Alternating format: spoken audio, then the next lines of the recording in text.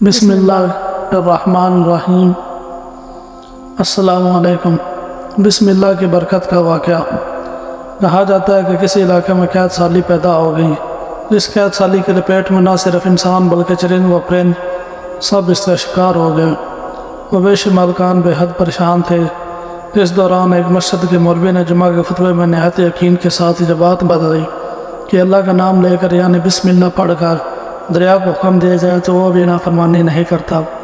خطبہ سننے والوں میں ایک چرواہا بھی موجود تھا۔ مولوی کی یہ بات سن کر اس کے دل میں اتر گئی اور اس بات پر اس کا یقین کامل ہو گیا۔ اس نے واپس آ کر اپنی بکری کھولی اور سیدھا دریا پر چلا گیا۔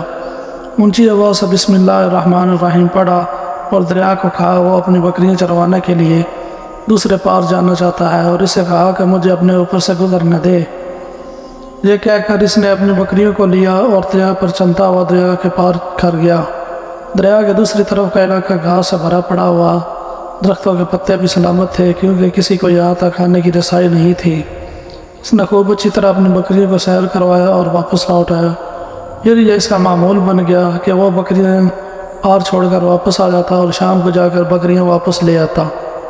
جس کی بکریوں کا وزن دگنا چوگنا ہو گیا۔ لوگ چونک گئے اور اس سے پوچھا کہ وہ اپنی بکری کو کیا کھلاتا ہے۔ وہ سیدھا سادہ اور صاف دل نوجوان تھا۔ اس نے صاف صاف بات بتا دی کہ جناب میں تو بسم اللہ الرحمن الرحیم پڑھ کر دریا پر چل کر اپنی بکریاں دوسری طرف چروانے لے جاتا ہوں۔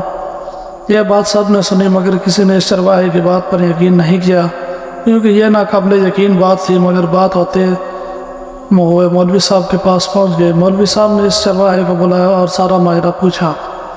اس چرواہے نے مولوی صاحب کو ہی حوالہ بنا لیا کہ مولوی صاحب میں تو آپ کا شکریہ ادا کرنے والا تھا۔ آپ نے جمعہ کے خطبہ میں جو نسخہ بتایا تھا کہ بسم اللہ کہہ کر دریا کو بھی حکم دے تو وہ بھی انکار نہیں کرتا، تو میں نے بس آپ کے نسخے پر ہی عمل کیا۔ مولوی صاحب حیرت سے اس کے چہرے کو دیکھتے ہیں۔ مولوی صاحب نے کہا بھائی صاحب ایسی باتیں تو ہم ہر جمعہ میں کرتے ہیں، فقط ان کا مقصد لوگوں کو ایمان بنانا آتا ہے۔ مگر بکریوں والا ڈٹا رہا کہ میں تو بسم اللہ ہی کہہ کر پانی پر چلتا ہوں اور بکریوں سمیت پانی پر چلا جاتا ہوں۔ آخر مولوی صاحب نے صبح خود یہ تجربہ کرنے کی ٹھانی، جیسے دیکھنے چرواہے سمیت پورا علاقہ بھی آ گیا۔ مجمع زیادہ تھا۔ مولوی صاحب نے ایک دو بار سوچا کہ انکار کر دو کہیں ڈوب نہ جاؤں، مگر وہ جو مولوی صاحب کو کندھے پر اٹھا کر لائے تھے ابھی بھی جوش و خروش سے اللہ اکبر کے نعرے لگا رہے تھے اور مولوی صاحب کے حق میں تعریفیں کر رہے تھے۔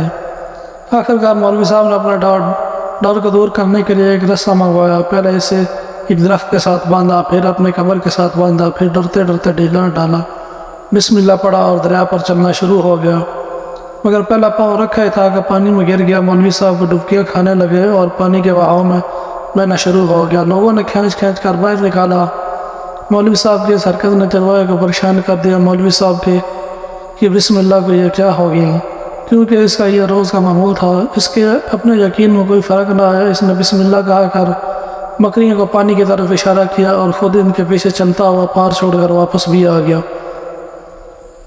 لوگ اسے اللہ ولی سمجھ رہے تھے اور اس کے حق میں نعرے لگا رہے تھے، مگر وہ سب بے نیاز سیدھا سادہ انسان تھا۔ وہ مولوی صاحب کے پاس پہنچا اور کہا مولوی صاحب میں آپ کی بسم اللہ کی تعریف سے کافی پریشان تھا، مگر پانی پر چلتے ہوئے مجھے آپ کی بسم اللہ کی بیماری کا پتہ چل گیا۔ اس چرواہے نے درخت بندی رسی کی طرف اشارہ کیا اور کہا مولوی صاحب یہ ہے آپ کی بسم اللہ کی بیماری، آپ کی بسم اللہ کی برکت کا یہ رسہ کھا گیا۔